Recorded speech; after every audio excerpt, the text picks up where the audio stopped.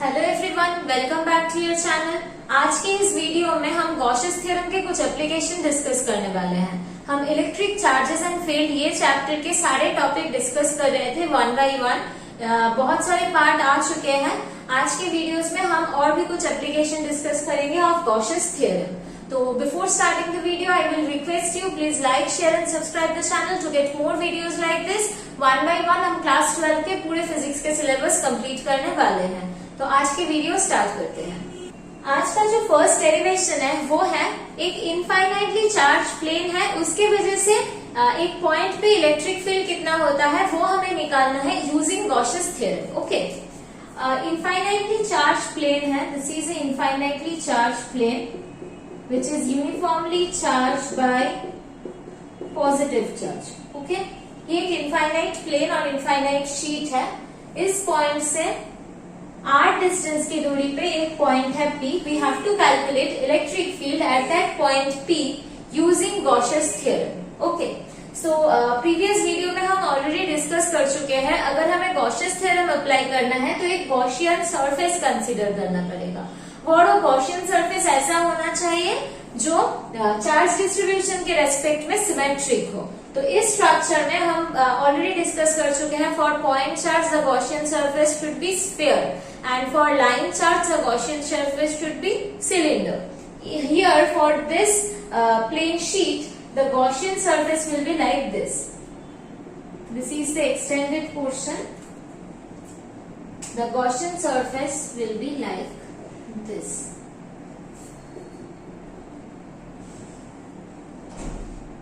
Okay. This cylinder is the Gaussian surface for this charge distribution.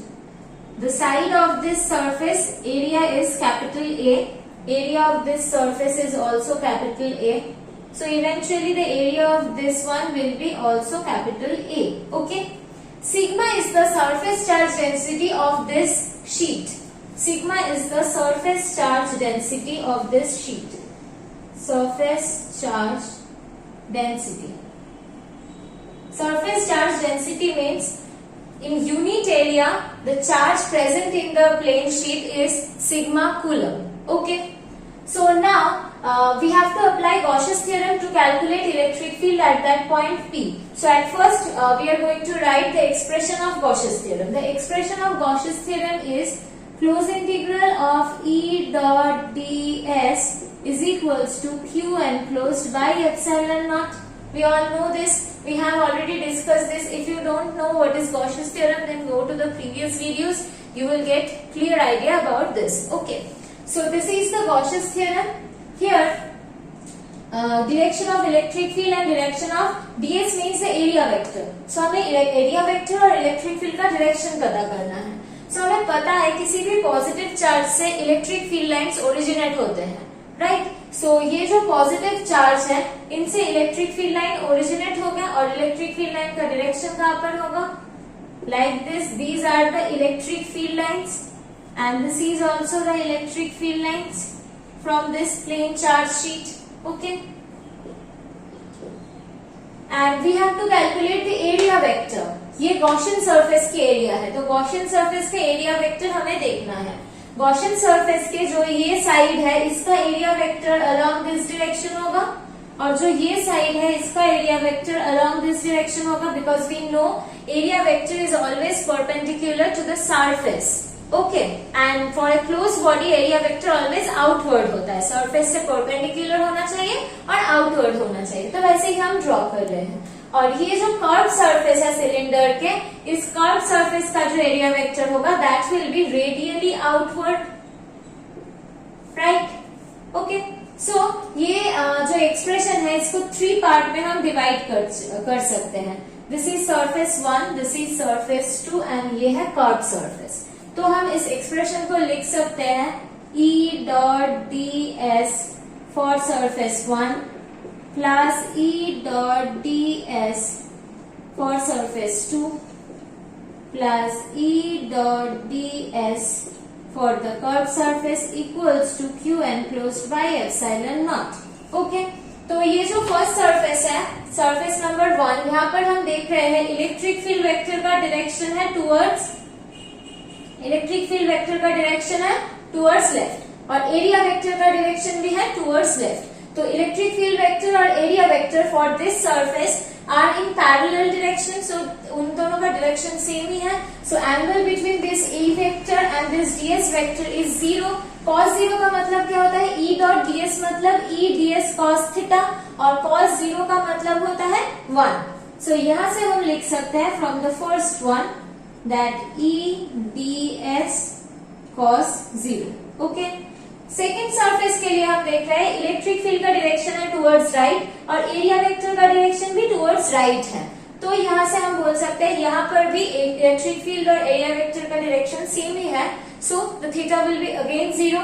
सो इसको हम लिख सकते हैं that E dot ds dot product कर चुके हैं E ds cos 0 degree. Okay, for the surface 2। ये जो कर्व सरफेस है यहाँ पर हम देख रहे हैं इलेक्ट्रिक फील्ड वेक्टर इस तरफ जा रहा है और ये एरिया वेक्टर इस तरफ जा रहा है। So for this curve surface the direction of the electric field is along this and the area vector is along radially outward, so angle become 90 degree. So यहाँ पर बन जाता है E ds cos 90, cos 90 मतलब 0, so this term will become 0। Okay, so यहाँ पर और कोई टर्म नहीं बचा। This is equals to Q enclosed by epsilon naught। इस प्लेन शीट से इस P पॉइंट का जितना डिस्टेंस है, इस प्लेन शीट से ये जो पॉइंट है, सपोज इसका नाम दे देते हैं Q, इस Q पॉइंट का भी उतना ही डिस्टेंस है। सो इस P पॉइंट पे due to this plane charge sheet जितना इलेक्ट्रिक फील्ड का वैल्यू होगा, मैग्नीट्यूड होगा, सेम वैल्यू होगा इस Q पॉइंट पे भी, right, because the distance from this plane sheet is same from P and Q, so ये इलेक्ट्रिक फील्ड का वैल्यू कांस्टेंट है for each and every point, so हम इस इलेक्ट्रिक फील्ड के वैल्यू को इंटीग्रेशन से बाहर निकाल सकते हैं। ds cos 0 means 1 for the surface 1। Second surface के लिए भी इलेक्ट्रिक फील्ड बाहर आ गया, ds cos 0 means 1, that is equals to Q enclosed by epsilon naught। ds का मतलब होता है, हम पहले की वीडियो में भी बता चुके हैं, ये जो एरिया होता है ds that is the area of the Gaussian surface. So ds1 मतलब ये जो वन सरफेस है इसका जो एरिया है, ऑलरेडी बता चुके हैं, इसका एरिया है कैपिटल A और इसका एरिया भी है कैपिटल A। तो इसका वैल्यू हम लिख सकते हैं A, इसका वैल्यू भी A। तो यहाँ से निकलता है EA plus EA is equals to Q enclosed by epsilon naught। Now the question is, what is the value of the Q enclosed? Q enclosed means the charge enclosed by the Gaussian surface। Gaussian surface कितना charge को enclose करके रखा है वो हमें बताना है। तो अगर ये हमारा Gaussian surface है तो इस पोजीशन पे शीट के इस एरिया में जितना चार्ज है that is enclosed by the Gaussian surface, only that portion is enclosed by the Gaussian surface। ये तो एक इनफाइनाइट प्लेन है, लेकिन इस इनफाइनाइट प्लेन का सिर्फ इतना पोर्शन जो है वही उतना पोर्शन का चार्ज ही गॉसियन सरफेस द्वारा एनक्लोज्ड है। तो हमें पता है this is the surface charge density. Surface charge density मतलब यूनिट एरिया में कितना चार्ज होता है। So for 1 metre square area the charge is sigma coulomb. Surface density का ये मतलब होता है, सरफेस चार्ज डेंसिटी का मतलब होता है 1 मीटर स्क्वायर एरिया में कितना चार्ज है, सिग्मा कूलम। ये 6 नहीं है, सिग्मा है। ओके, तो ये जो एरिया है वो A है, क्योंकि ये पूरा सिलेंडर के बीच में जो क्रॉस सेक्शनल एरिया है वो सेम ही है। So A meter square area में कितना चार्ज एनक्लोज होगा, sigma A coulomb. So this will be the charge enclose by the Gaussian surface. So यहाँ पर Q एनक्लोज की जगह हम लिख सकते हैं sigma A by epsilon not. तो ये एक्सप्रेशन क्या बन जाता है, 2EA is equals to sigma A by epsilon naught। A will cancel out, E is equals to sigma by 2 epsilon naught, right? ये बन जाता है इलेक्ट्रिक फील्ड का वैल्यू एट दिस पॉइंट। यहाँ पर एक नोटिस करने वाली बात है, यहाँ पर इस एक्सप्रेशन में कहीं हमें ये डिस्टेंस दिखाई नहीं दे रहा है, क्योंकि इस प्लेन शीट से ये P पॉइंट का डिस्टेंस था R। हम पहले लाइन चार्ज के लिए निकाल चुके थे, वहां पर हमने देखा आर के साथ डिपेंडेंट है, लाइन चार्ज से जितना दूर जा रहा है इलेक्ट्रिक फील्ड उतना डिक्रीज हो रहा है। प्रीवियस वीडियो में हम डिस्कस कर चुके हैं। यहाँ पर देखो इस आर फैक्टर का कोई जिक्र नहीं है इस फाइनल एक्सप्रेशन में, तो इसका मतलब ये बनता है कि इलेक्ट्रिक फील्ड का वैल्यू आर के ऊपर डिपेंड ही नहीं करता। अगर आप इस पॉइंट पे इलेक्ट्रिक फील्ड का वैल्यू लोगे वो भी होगा सिग्मा बाई 2 एप्सिलॉन नॉट, इस पॉइंट पे भी वही होगा, इस पॉइंट पे भी वही होगा, क्योंकि आर के ऊपर डिस्टेंस के ऊपर इलेक्ट्रिक फील्ड का वैल्यू डिपेंड नहीं कर रहा है इन दिस केस। ओके, सो अगर ये सरफेस में हमें इलेक्ट्रिक फील्ड चाहिए, इस पी पॉइंट में इलेक्ट्रिक फील्ड चाहिए, तो हमें दिखाई दे रहा है टुवर्ड्स राइट है इसका डायरेक्शन, तो इस डायरेक्शन को हम नाम दे सकते हैं एन कैप। देन हम इस इलेक्ट्रिक फील्ड वेक्टर को ऐसे लिख सकते हैं, E vector is equals to sigma by 2 epsilon naught into N cap. This is the complete expression. यहाँ पर ये नोटिस करने वाली बात है, for this case the value of the electric field is independent of the distance. Okay, और I hope आपको ये प्रोसेस समझ में आया होगा। तो हम इसका एक प्रॉब्लम देखते हैं, इसके थ्रू एक टाइप का प्रॉब्लम आप फेस कर सकते हैं इन योर बोर्ड एग्जाम और नीट जेईई एग्जाम। तो पहले वो प्रॉब्लम देख लेते हैं, उसके बाद हम नेक्स्ट डेरिवेशन में जाएंगे। Suppose this is a positively charge infinite plane. Okay, this is a positively charge infinite plane, और एक नेगेटिवली चार्ज इनफाइनाइट प्लेन भी रखा हुआ है यहाँ पे। ये है हमारा रीजन 1, ये है हमारा रीजन 2 और ये है हमारा रीजन 3। इन 3 रीजन में हमें इलेक्ट्रिक फील्ड निकालना है ड्यू टू दिस सिस्टम। तो पहले क्या करेंगे पहले हम इलेक्ट्रिक फील्ड का डायरेक्शन ड्रॉ कर लेंगे। ये पॉजिटिवली चार्ज है, हमें पता है जो पॉजिटिव चार्ज होता है उससे इलेक्ट्रिक फील्ड निकलता है, ओरिजिनेट फ्रॉम पॉजिटिव चार्ज। तो इस पॉजिटिव चार्ज से इलेक्ट्रिक फील्ड ऐसे निकलेगा। These blue lines are for this blue sheet. Okay, ये सारे positive electric field, positive sheet के लिए जो इलेक्ट्रिक फील्ड है इसलिए ड्रॉ कर रहे हैं। So this is E1, E1, this is E1, E1, E1, E1. Okay. Now for the negatively charged plane, electric field lines will end at this negative charge point. हमें पता है electric field line originate करता है positive charge से और electric field line खत्म होता है नेगेटिव चार्ज पे, राइट? तो नेगेटिव चार्ज के जो इलेक्ट्रिक फील्ड लाइन होंगे वो कैसे होंगे? This will end as this, right? ये जो रेड लाइन्स है ये सेकेंड चार्ज प्लेन के लिए है। पॉजिटिव चार्ज से इलेक्ट्रिक फील्ड लाइन ऐसे निकलते हैं और नेगेटिव चार्ज पे इलेक्ट्रिक फील्ड लाइन ऐसे टर्मिनेट करते हैं। So this is E2, this is E2, this is E2, again E2, E2. Okay, अब हमें निकालना है, हमें पता है कि ये जो इनफाइनाइटली चार्ज शीट है इसके वजह से इलेक्ट्रिक फील्ड का वैल्यू क्या होता है? Already we have derived this sigma by 2 epsilon naught. ये होता है इलेक्ट्रिक फील्ड का वैल्यू और इसमें कोई डिस्टेंस का पार्ट नहीं है। इसका मतलब प्लेन से 2 मीटर दूरी पर भी इलेक्ट्रिक फील्ड का वैल्यू होगा sigma by 2 epsilon naught. 5 metre जाके भी वैल्यू सेम ही रहने वाला है। Okay, we already know this.